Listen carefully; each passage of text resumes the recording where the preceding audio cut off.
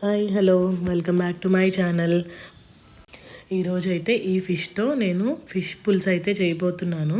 ఈ ఫిష్ పేరు ఎవరికైనా తెలుసా? రెడ్ స్నాపర్ అంటారు.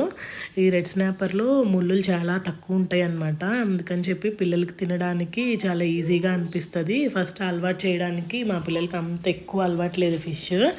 అందుకని చెప్పి ముళ్ళులు తక్కువ ఉన్న ఫిషెసే తీసుకుంటా అనమాట అలవాటు చేయడానికి. సో ఇంకా పులుసుకి అయితే రెడీ చేసేసాను. కొన్ని ముక్కలు పులుసుకి, కొన్ని ముక్కలేమో ఫ్రైకి అన్నట్టు పక్కన పెట్టేసుకొని కొంచెం ఆయిల్ వేసుకొని ఆయిల్లో ఈ మసాలా దినుసులు అన్నీ వేసేసాను. ఉల్లిపాయ, పచ్చిమిరకాయ, టమాటా చాప్ చేసుకొని పక్కన పెట్టుకున్నాను కదా, అవి కూడా వేసేసాను. ఎక్కువ మంది టమాటా వేయరేమో, మా ఇంట్లో అయితే టమాటా వేస్తానండి. ఒక్క సింగిల్ టమాటా వేస్తాను, కొంచెం పండింది.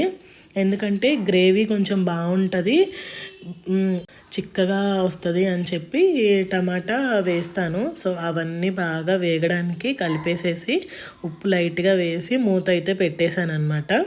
మూత పెట్టేసి ఫుల్గా బాగా మగ్గిన తర్వాత ఓపెన్ చేశాను. ఓపెన్ చేసి దాంట్లో కొంచెం అల్లం వెల్లుల్లి పేస్ట్ అయితే వేసుకున్నాను. అల్లం వెల్లుల్లి పేస్ట్ కొంచెం ఎక్కువే పడుతుంది చేపల కూరలో.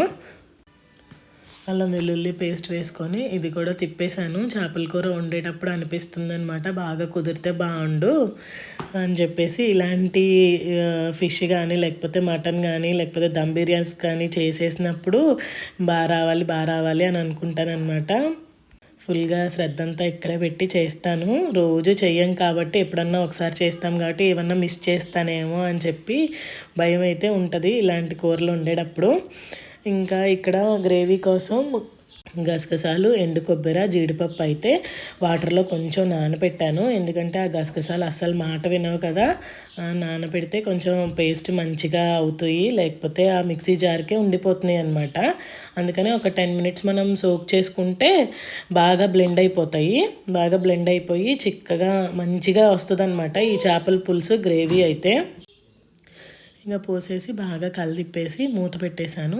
ఆ మసాలా అంతా ఉల్లిపాయ గ్రేవీకి పడుతుంది అన్నట్టు.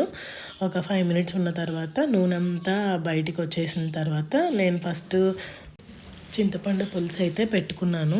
అది పక్కన ఆ చింతపండు పులుసు కూడా దాంట్లో యాడ్ చేసేసాను అనమాట. యాడ్ చేసి ఇప్పుడైతే టేస్ట్ చూశాను, ఉప్పు కారం పులుపు సరిపోయిందేమో అన్నట్టు. పులుపు అయితే ఉండాలి చేపల పులుసులో, ఉప్పు కారం పులుపు కూడా ఎక్కువే పడతాయి అన్నమాట, అప్పుడే టేస్టీగా ఉంటుంది చేపల పులుసు. ఇంకా కొంచెం పులుసు కూడా బాగా ఉడికించాను. 10 మినిట్స్ ఉడికించిన తర్వాత ఈ కడిగి పెట్టుకున్న ఫిష్ ముక్కలు కూడా దాంట్లోకి యాడ్ చేసేసాను. తొందరగా అయితే ఉడికిపోయినట్టు అనిపించింది అనమాట. అది కాక చిన్న చిన్న ముక్కలే కట్ చేయించుకొచ్చారు ఈయన. సో అందుకని చాలా ఫాస్ట్గా ఉడికిపోయింది. నేను మొత్తం మీద 15 మినిట్సే ఉడకబెట్టాను. మొత్తం కలదిప్పకూడదండి, ఇట్లా ఫిష్ అంతా ఇరిగిపోతుంది. సో అందుకని గెంటు పెట్టి జస్ట్ అట్లా నెట్టుకుంటే చాలు, ఊరికే ముక్క అలా కదిలితే చాలన్నమాట. ఇంకా ఆల్మోస్ట్ అయిపోయింది, దగ్గర పడేసింది గ్రేవీ అంతా కూడా. దగ్గర పడేసిందని చెప్పి ఒక కొత్తిమీర యాడ్ చేసేసుకొని నేను ఆఫ్ చేసుకున్నాను. ఈ వీడియో మీకు ఎలా అనిపించింది? Thank you for watching.